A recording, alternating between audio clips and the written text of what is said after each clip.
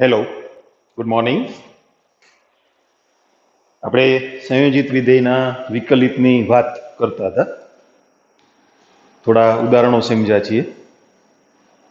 સંયોજિત વિધેયના વિકલિતનો જે નિયમ છે એનું એક અન્ય સ્વરૂપ, જેને સાંકળનો નિયમ અથવા ઇંગ્લિશમાં ચેઇન રૂલ કહેવાય છે, એ સમજી લઈએ, પછી એની નોંધ પણ કરી દો. આપણે આવી વાત થઈ છે, એફ કાઉન્સમાં gx એનું વિકલિત, તો f dash at gx into g dash x. હવે ધારો કે આ એફ કાઉન્સમાં gx છે એને આપણે y કહીએ, y ઇક્વલ ટુ એફ કાઉન્સમાં gx, અને થોડીક વાર માટે gx ને આપણે u કહીએ. એટલે આ જે વિધેય છે ને y, એ થઈ ગયું f ઓફ u. એટલે હવે શું બન્યું? y છે એ u નું વિધેય છે અને u છે એ x નું વિધેય છે. y x નું વિધેય હોય ત્યારે આપણે dy બાય dx મેળવીએ છીએ ને, તો અહીંયા છે y u નું વિધેય છે, તો dy બાય du. શું લખશું? f dash u. એમ u છે એ x નું વિધેય છે, તો du by dx equal to g dash x. આ u એટલે શું? તો કે gx. તો આ બધી કિંમતો dy by du, du by dx, જો f કાઉન્સમાં gx ને આપણે y કીધા, એટલે આ પદ થઈ ગયું dy બાય dx, અને y કીધા ને f ડેશ કાઉન્સમાં gx એટલે dy by du into g dash x એટલે du બાય dx. એટલે બન્યું શું? જો y u નું વિધેય અને u x નું વિધેય. જો y એ u નું વિધેય હોય અને u એ x નું વિધેય હોય,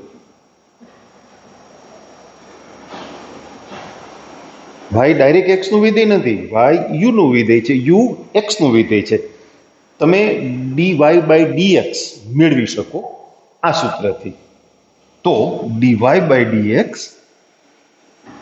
બરાબર dy by du into du by dx. આ ગોઠવણ જે છે એને સાંકળનો નિયમ અથવા ચેઇન રૂલ કહે છે. પછી એમાં એવું આપણે આ પણ વાત કરી હતી ને કે 2 ને બદલે 3 વિધેયનું સંયોજન હોય તોય વિકલનની પ્રક્રિયા થાય, 4 વિધેય હોય તો થાય. આપણે ગણ્યા છે દાખલા, તમે લેક્ચર આખો જોજો, રિફર કરજો, એમાં એ વાત કરી છે આપણે. તો આ ચેઇન રૂલને તમે એ રીતે એક્સટેન્ડ પણ કરી શકો. કઈ રીતે? તો કે y છે એ u નું વિધેય હોય, u છે એ v નું વિધેય હોય, અને v છે એ x નું વિધેય હોય. તો dy બાય dx મળે. y છે કોનું વિધેય છે? u નું, એટલે y નું u ના સાપેક્ષ વિકલન. u છે એ v નું વિધેય છે, તો u નું v ના સાપેક્ષ વિકલન. અને v છે એ x નું વિધેય છે, તો v નું x ના સાપેક્ષ વિકલન. તો હજુ એક પદ એડ કરવું હોય તો કરી શકાય ને? તમે સમજી ગયા ને? y u નું વિધેય, u v નું વિધેય, v w નું વિધેય, w x નું વિધેય, તો dy by du into du by dv into dv by dw into dw by dx. એમ પણ થઈ શકે. પણ દાખલા ગણવાની વાત હોય ત્યારે તમને કહેવામાં આવે કે તમે એને સાંકળના નિયમની મદદથી મેળવો તો જ આ ઉપયોગ કરવો, કારણ કે એ ઉલટાનું અઘરું છે. સાંકળનો નિયમ છે ને એ અઘરું છે. ડાયરેક્ટ તમે જે સંયોજિત વિધેયના વિકલનની રીત શીખા છો, આપણે વાત કરીને નહીં, તો એ પ્રમાણમાં સહેલું પડે. અચ્છા, સ્પેશિયલી એવા દાખલા જ હોય કે y છે u નું વિધેય આપે અને બાજુમાં u છે એ v ના વિધેય તરીકે x ના વિધેય તરીકે આપે, પછી કે dy by dx શોધો, તો ફરજિયાત કરવું પડે, બરાબર ને? એવા દાખલાઓની વાત પણ આપણે કરશું. આ થોડું સમજાય જાય ને પછી. y u નું વિધેય હોય અને u x નું વિધેય હોય અને તમને એમ કહે કે dy by dx શોધો, તો એવી પ્રેક્ટિસ પણ આપણે કરશું. અત્યારે આ નોંધ કરી લઈએ સાંકળાના નિયમની, અને પછી સંયોજિત વિધેયના વિકલનના ટેક્સ્ટબુકના દાખલાઓ એની વાત એ કમ્પ્લીટ કરશું. ઓકે,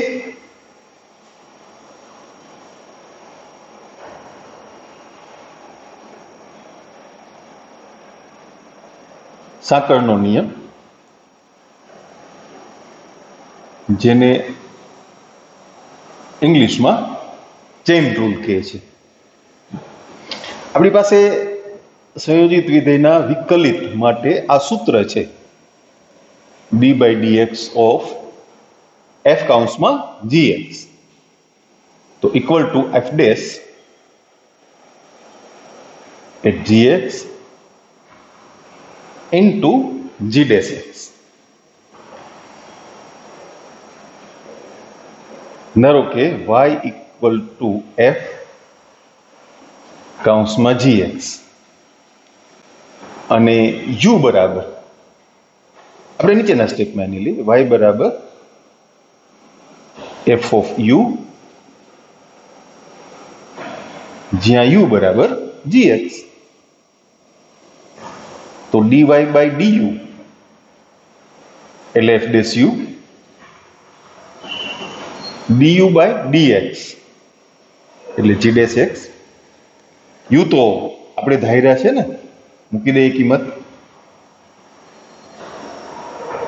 તો આ સૂત્રમાંથી આપણે એને નંબર આપી દઈએ. ચલો, નંબર 1. તો એક પરથી આપણે કેટલી કિંમત મૂકીએ છીએ અને હું છે ને અંડરલાઈન કરી દઉં એટલે તમને સમજવામાં સહેલું પડે. એક આ y મૂકશું અહીંયા, f ડેશ કાઉન્સમાં gx એની કિંમત મૂકશું અને g ડેશ x ની, d by dx of y એટલે કે dy by dx. એ વાત આપણે 11મા ધોરણમાં કરી હતી. d by dx of y એટલે dy by dx. f dash કાઉન્સમાં gx એટલે સોરી dy by du અને g dash x એટલે du by dx. જો શબ્દોમાં એને કહીએ, y એ u નું વિધેય હોય અને u એ x નું વિધેય હોય, તો dy by dx બરાબર dy by du into du by dx. ત્રણ વિધેયના સંયોજન માટે ચેઇન રૂલ, સાંકળનો નિયમ, એ આપણે નોંધમાં લખી દઈએ. જો y એ u નું વિધેય હોય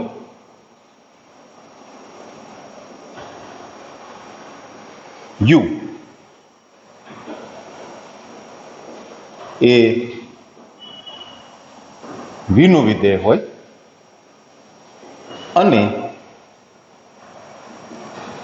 v એ x નું વિધેય હોય, તો dy by dx equal to dy by du into du by dv into dv by dx. આપણી સાદી ભાષામાં ઉડાડતા નહીં હો, ખાલી સમજવા માટે. આમ du ઉડાડ્યું એટલે dy by dx વધે ને, અહીંયા du ઉડી જાય, dv ઉડી જાય એટલે dv by dx વધ્યા. એ મેથેમેટિક્સનો કોઈ નિયમ નથી હો, આપણે ખાલી વાત કરીએ છીએ. એવું કાંઈ છે ને, એવા પદ ઉડે નહીં, એ બધા સંકેત છે, પદ નથી. તો dy by dx માં આપણે d ના ઉડાડી દઈએ, ખાલી y upon x વધે. એવું નથી, બરાબર. હા, ફરીથી યાદ કરાવું, સાંકળોના નિયમનો ઉપયોગ કેવામાં આવે તો જ કરવાનો, અથવા મેં તમને કીધું એમ વાય યુ ના વિધેય તરીકે અને યુ એક્સ ના વિધેય તરીકે આપવામાં આવે અને પ્રશ્ન એવો હોય કે ડીવાય બાય ડીએક્સ શોધો તો ઉપયોગ કરવાનો. એવા કેટલાક દાખલાઓ, એ 2-4 દાખલાઓ તમને હું પ્રેક્ટિસમાં અહીંયા સમજાવીશ.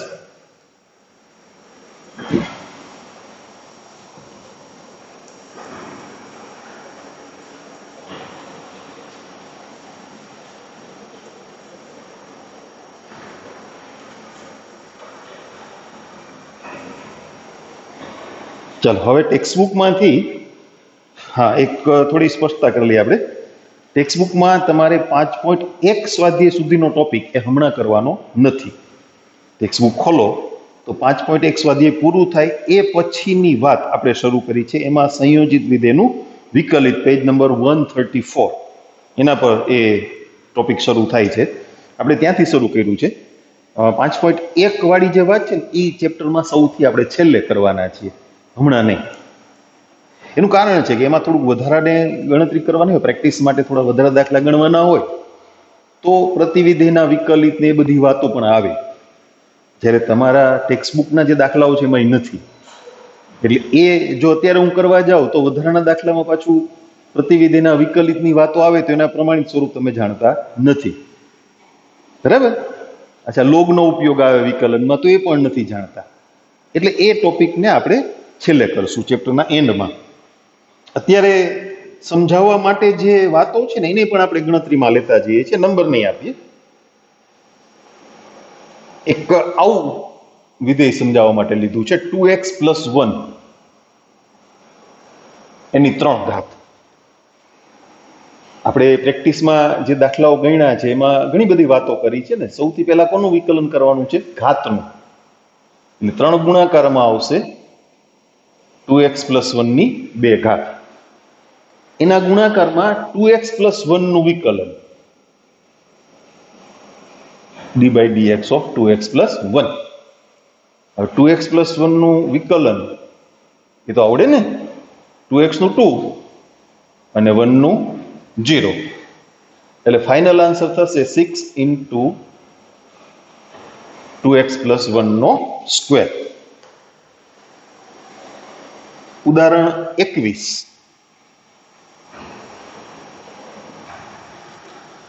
fx બરાબર, એટલે આપણે y બરાબર લખીએ છીએ.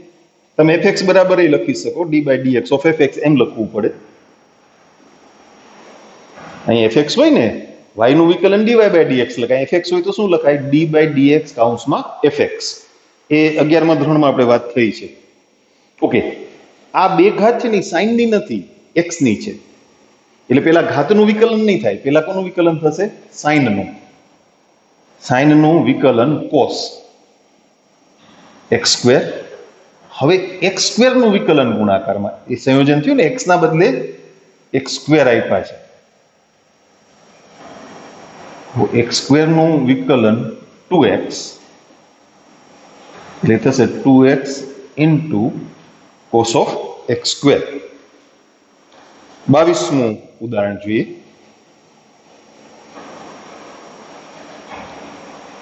y = 10 કૌંસમાં 2x + 3.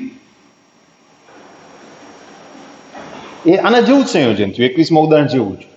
પેલા સાઈન નું વિકલન, પછી x² નું, અહીંયા પેલા 10 નું અને પછી 2x + 3 નું, dy/dx. 10 નું વિકલન sec² × d/dx of 2x + 3. 2x નું વિકલન 2, 3 અચળ છે એનું 0, એટલે sec² 2x + 3 × 2. 2 ને આપણે સહગુણક તરીકે આગળ લઈ લઈએ. ઓકે,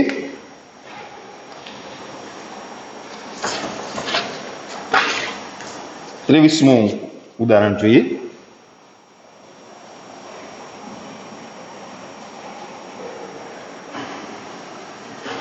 y બરાબર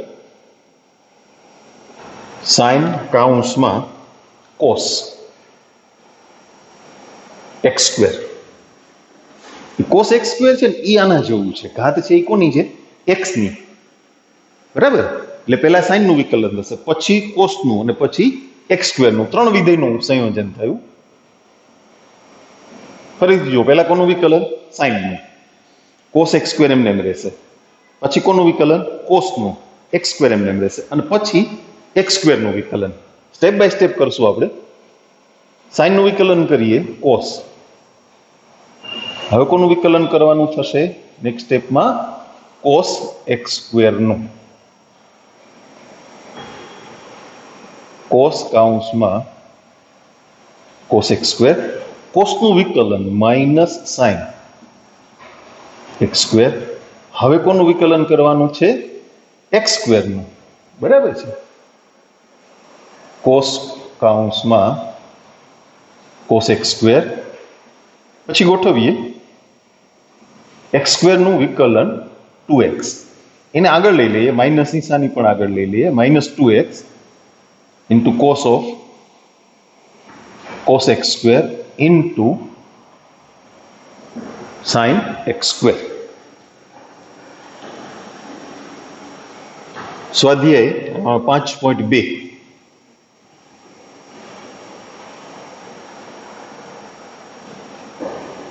બહુ ઓછા દાખલા આપ્યા છે.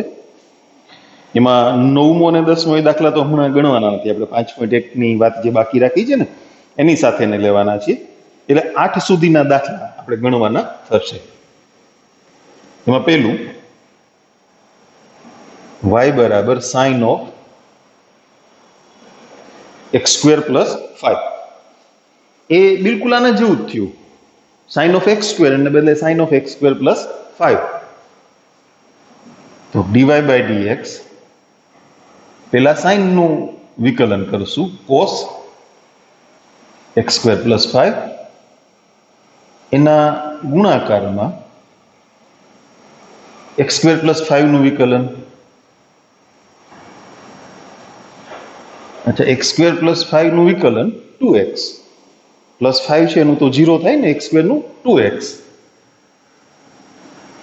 એટલે આપણને જવાબ મળશે 2x cos x square plus 5. Okay, એમાં બીજો દાખલો છે કોસ કૌંસમાં સાઇન એક્સ. પેલા કોસ નું વિકલન, પછી સાઇન નું. બે વિધેયનું સંયોજન થયું ને. કોસ નું વિકલન માઇનસ સાઇન, સાઇન એક્સ એમને એમ રહેશે. એફ ડેશ કૌંસમાં જી એક્સ ગુણ્યા જી ડેશ એક્સ, એટલે કે d by d x of g x, એટલે સાઇન એક્સ. હવે સાઇન નું વિકલન કોસ. એમાં ગોઠવણ કરવા જેવું કાંઈ છે નહીં. બે અલગ પદ છે, ગમે એ ક્રમમાં લખો કાંઈ ફેર ના પડે. અચ્છા, ત્રીજી રકમ છે સાઇન ax પ્લસ બી. એ આના જેવું થયું. આ છે, પછી અહીંયા પહેલો દાખલો છે એના જેવું જ. પેલા સાઇન નું વિકલન કરવાનું અને પછી ax પ્લસ બી નું into d by d x of ax plus b. ax નું વિકલન કેટલું? a પ્લસ બી, એ તો અચળ પદ છે ને, એનું વિકલન 0. આપણે એ ને સહગુણક તરીકે આગળ મૂકી દઈશું. ચોથી રકમ જોઈએ. y ઇક્વલ ટુ sec કૌંસમાં tan ઓફ રૂટ એક્સ. પાછું યાદ કરાવી દો, રૂટ એક્સ નું વિકલન યાદ છે ને, શોર્ટમાં તમને કીધું છે 1/2 રૂટ એક્સ અને 1/x નું માઇનસ 1/x સ્ક્વેર. એ બે યાદ રાખવાના. ચાલો, હવે તમે વિચારો, જે પેલા કોનું વિકલન થશે? પેલા સેક નું, પછી ટેન નું અને પછી રૂટ એક્સ નું. ઓકે, સેક નું વિકલન યાદ કરી લ્યો, સેક ટેન. એટલે સેક કૌંસમાં ટેન રૂટ એક્સ into 10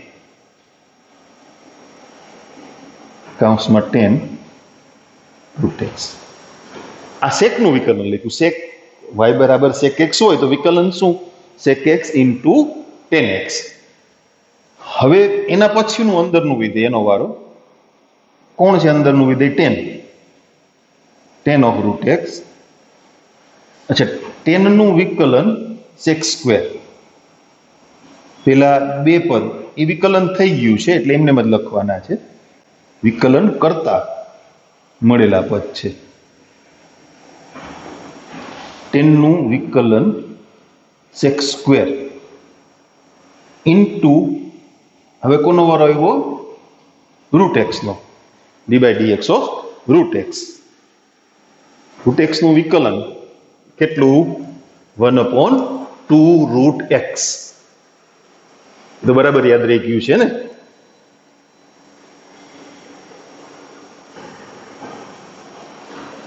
ચાલો એ વાતને પૂરી કરીએ આપણે. સેક કૌંસમાં 10 ઓફ રૂટ એક્સ ઇન્ટુ 10 કૌંસમાં 10 ઓફ રૂટ એક્સ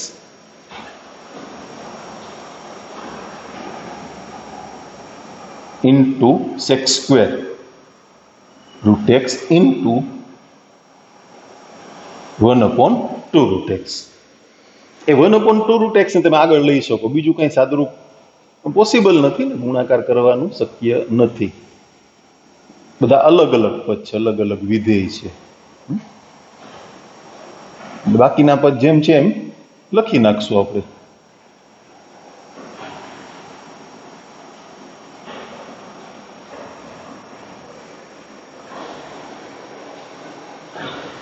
પાંચમો દાખલો જોઈએ.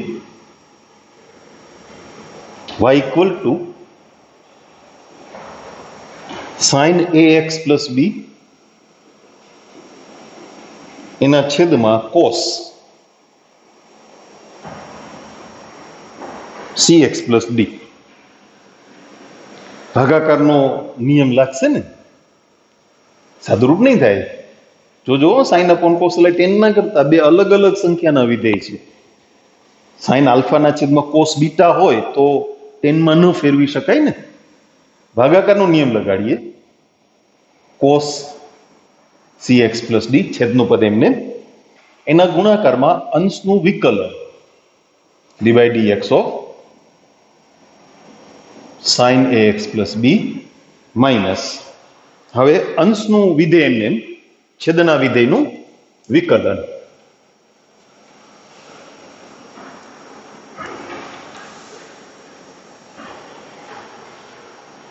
Minus sin ax plus b into d by dx of cos cx plus d એના છેદમાં cos cx plus d નો square. cos cx plus d, જો સંયોજિત વિધેય છે એવા વિકલન મેળવ્યો ને, હમણાં જ મેળવ્યું. જો 3 નંબરમાં sin ax plus b નું, એટલે પેલા sin નું વિકલન cos. હવે અહીંયા થોડીક શોર્ટકટ કરશું. શું? તો કે એના ગુણાકારમાં જે ax plus b નું વિકલન લખવાનું છે ને એ ડાયરેક્ટ મૂકી દેશું. કેટલું? તો કે a. એવી રીતે બીજું પદ sin ax plus b એને એમને એમ લખશું. કોસ નું વિકલન એટલે માઇનસ સાઇન, અને ગુણાકારમાં cx plus d નું વિકલન, cx નું વિકલન c, d નું 0. એના છેદમાં આવું કાઉન્સ કરીને વર્ગ ના લખો અને તમે cos square cx plus d લખી નાખો તો બી ચાલે. અચ્છા, અંશમાં શું આવ્યું? a cos cx plus d cos ax plus b. આ માઇનસ માઇનસ પ્લસ થઈ ગયું. c ને આગળ લઈ લે, સહગુણકને. sin ax plus b sin cx plus D એના છેદમાં cos square cx plus D. અંશમાં સરવાળા સૂત્રની ગોઠવણ નહીં થાય, ઉતાવળ નહીં કરતા, સહગુણકો મળે છે એ અને સી. બરાબર, cos alpha cos beta plus sine alpha sign beta એવું પદ દેખાય છે તમને, પણ સરવાળા સૂત્રની ગોઠવણ શું કામ નહીં થાય? પહેલા પદમાં સહગુણક તરીકે એ છે અને બીજા પદમાં સહગુણક તરીકે સી છે. સહગુણકો સમાન હોત ને તો કોમન કાઢી અને આપણે સરવાળા સૂત્રની ગોઠવણ એ વિચારી શકત, પણ અલગ અલગ સહગુણકો છે એટલે એવું વિચારવું, એવું ગોઠવણ કરવી એ પોસિબલ નથી. ઓકે, ચાલો એના પછીની રકમ જોઈએ. છઠ્ઠો દાખલો, y equal to cos x cube ગુણ્યા sin square x raise to 5. સરસ રકમ છે. પહેલી વાત તો એ કે ગુણાકારનો નિયમ આવે. નિરાતે ગણીએ આપણે, ભલે સ્ટેપ વધે, આપણે વાતને બરાબર સમજવી છે. અત્યારે સ્ટેપ વધે તો વાંધો નહીં. cos x ક્યુબ ને એમને એમ રાખીએ, આપણે પેલું વિધેય છે ને એમને એમ રાખીએ, ગુણાકારમાં બીજા વિધેયનું વિકલન into d by dx of sine square x raise to 5. હવે બીજું વિધેય છે એમને એમ રાખશું, ગુણાકારમાં પેલા વિધેયનું વિકલન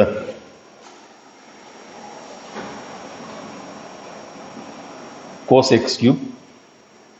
જો બે ઘાત સાઇન ની છે એટલે પેલા ઘાતનું વિકલન, એક્સ સ્ક્વેર હોય તો 2x લખાય ને, એટલે x ના બદલે સાઇન કાઉન્સમાં x ની 5 ઘાત એમ આવ્યું એટલે પેલા ઘાતનું વિકલન થશે 2 sin x raise to 5.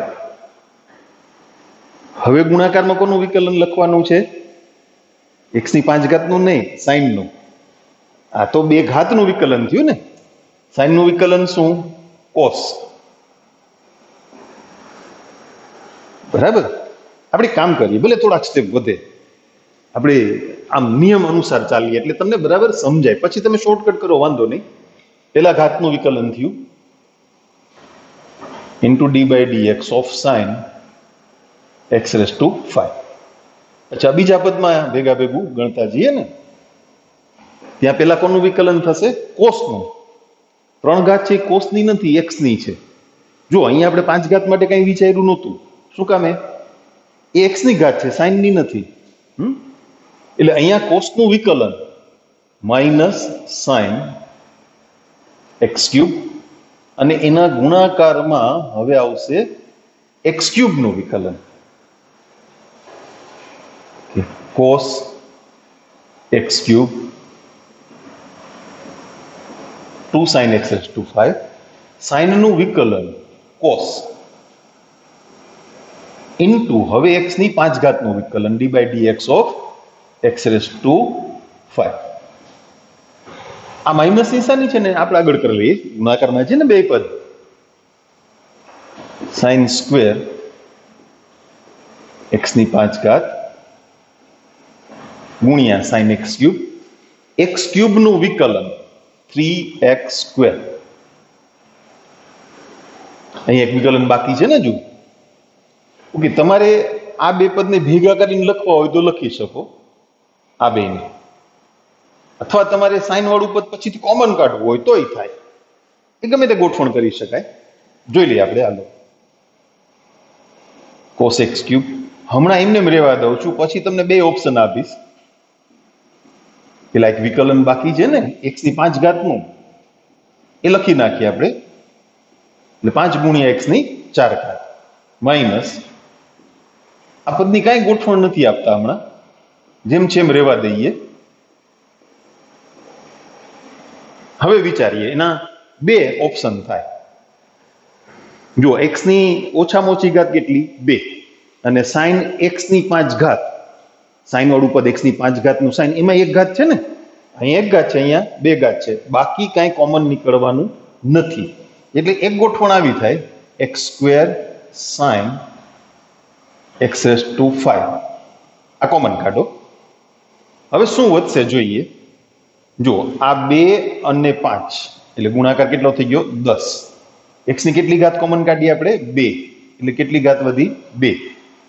cos x³ આ પદ વધ્યું ને, અને cos x ની 5 ઘાત.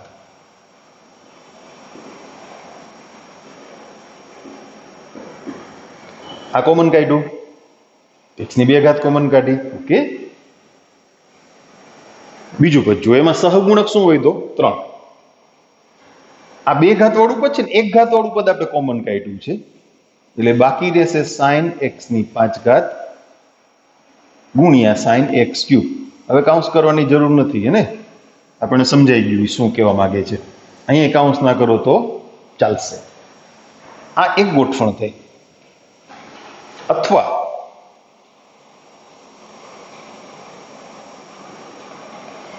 Two sin theta cos theta એટલે sin 2 થીટા, તો 5x ની 4 ઘાત એને આગળ કરી લો, cos x³ sin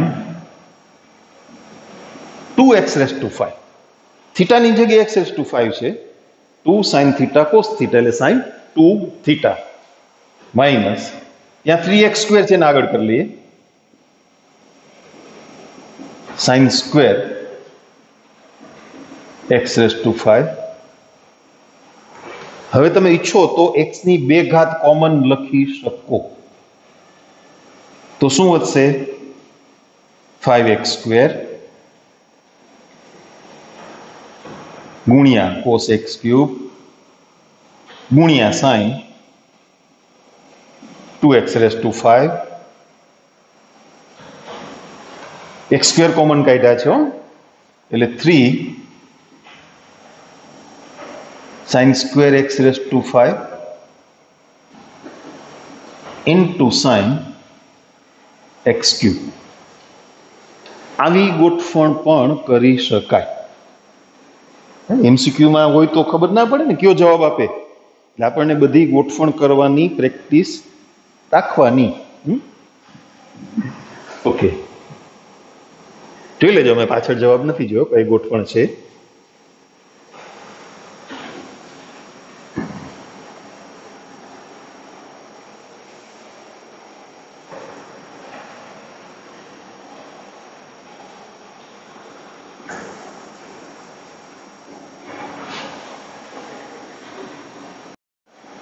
સાતમો દાખલો જોઈએ.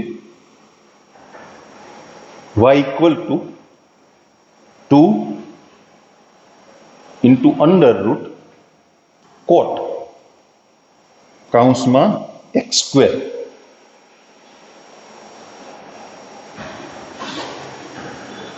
કોટની 1/2 ઘાત રૂટ કોટ x એટલે કોટની 1/2 ઘાત થઈ ને, બે તો સહગુણક છે, એ તો એમને એમ રહેશે. આ બે છે ને અચળ સહગુણક છે. પાછું યાદ કરી લ્યો, હાલો, રૂટ x હોય તો વિકલન શું 1/2 √x. એટલે આ આખું કોટ વાળું પદ છે ને એને તમે થોડીક વાર x માની લ્યો, આપણે ધારવાના નથી. 1/2 બરાબર, પણ ઈ x નથી એટલે તો સંયોજન છે. તો x નથી, x ના બદલે જે કાંઈ છે એનું વિકલન ગુણાકારમાં. કોનું વિકલન? કોટ x² નું. આવું ન કરો તો તમે આમ પણ કરી શકો, એ પદને 2 કોટ x² એની 1/2 ઘાત આમ કરી નાખો. 1/2 ગુણાકારમાં લઈ આવો, કોટની -1/2 ઘાત વધશે એટલે ઘાતનું વિકલન પૂરું થયું. પછી કોટનું, તો એ જ થવાનું છે. હવે કોટનું વિકલન, આ 2 ઉડાડી દઈએ છીએ, 1/√. કોટ x², કોટનું વિકલન યાદ છે ને, -cos x². એ કોટનું વિકલન થયું. હવે કોનું વિકલન કરવાનું છે? x² નું. એટલે માઇનસ cos x સ્ક્વેર કૌંસમાં x સ્ક્વેર છેદમાં root cot of x square. x સ્ક્વેરનું વિકલન કેટલું? 2x. થોડું ગોઠવી દઈએ. Minus 2x into cos x square x square એના છેદમાં રૂટ કોટ કૌંસમાં x square. Okay.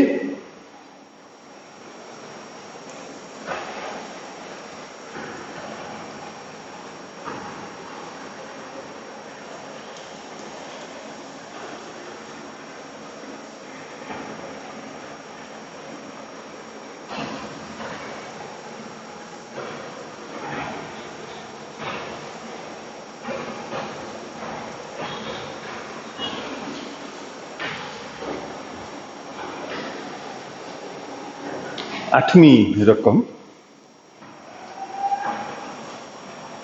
y equal to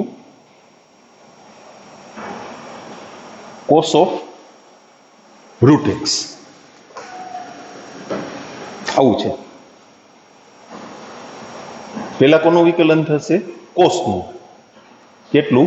minus sine root x into d by dx of root x. બરાબર. અચ્છા, રૂટ x નું વિકલન હજી હમણાં જ વાત કરીએ આપણે. એમ રૂટ x નું વિકલન 1/2 root x minus sine root x છેદમાં 2 રૂટ x. એટલે તમારી ટેક્સ્ટ બુકનું સ્વાધ્યાય 5.2 એ પૂરું થઈ ગયું.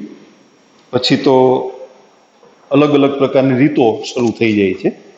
એટલે પહેલાં આની થોડી વાતો વિગતે કરી લઈએ આપણે. પછી વિકલનની પદ્ધતિઓ એમાં પડશું આપણે. આ ટોપિક છે, મેં તમને અગાઉ પણ વાત કરી હતી ને, થોડું અગત્યનો છે, થોડું ધ્યાન દેવું પડે એવો છે. છતાં હું પાના એટલે ફેરવું છું કે છેલ્લા સ્વાધ્યાયમાં એને લગતા કોઈ દાખલાઓ હોય ને તો આપણે વાત કરીએ એની. એમ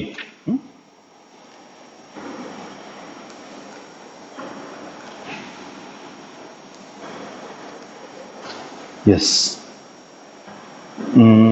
છે, એક બે દાખલા છે, નથી એવું નથી, પણ આઈ થિંક આપણે એને રહેવા દઈએ. શું કામે? છેલ્લે બધી પ્રેક્ટિસ એક સાથે થઈ જાય ને. છેલ્લું સ્વાધ્યાય ગણીએ ત્યારે બધું મિક્સ આવે. પાઇનેપલ જેમ મજા આવી હે ને, પછી એપલ જેમ મજા આવી, પણ છેલ્લે મિક્સ ફ્રૂટ જેમ, તો એ વધારે મજા આવે. આજે થોડા વધારાના દાખલા પણ આપણે ગણશું. તમે આનો પેલા અભ્યાસ કરી લ્યો બરાબર કમ્પ્લીટ. એક વખત બરાબર જુઓ. અગાઉ પણ તમને એવા દાખલા ગણાવ્યા છે. દાખલાને બરાબર જુઓ, લેક્ચરને બરાબર સમજો. પછી મેં તમને લાસ્ટ ટાઈમ કીધું હતું ને કે એ રકમ તમે તમારી નોટમાં લખો અને જાતે ગણો, અને પછી જુઓ કે ક્યાં ફેરફાર છે. બરાબર? મળીએ નેક્સ્ટ લેક્ચરમાં.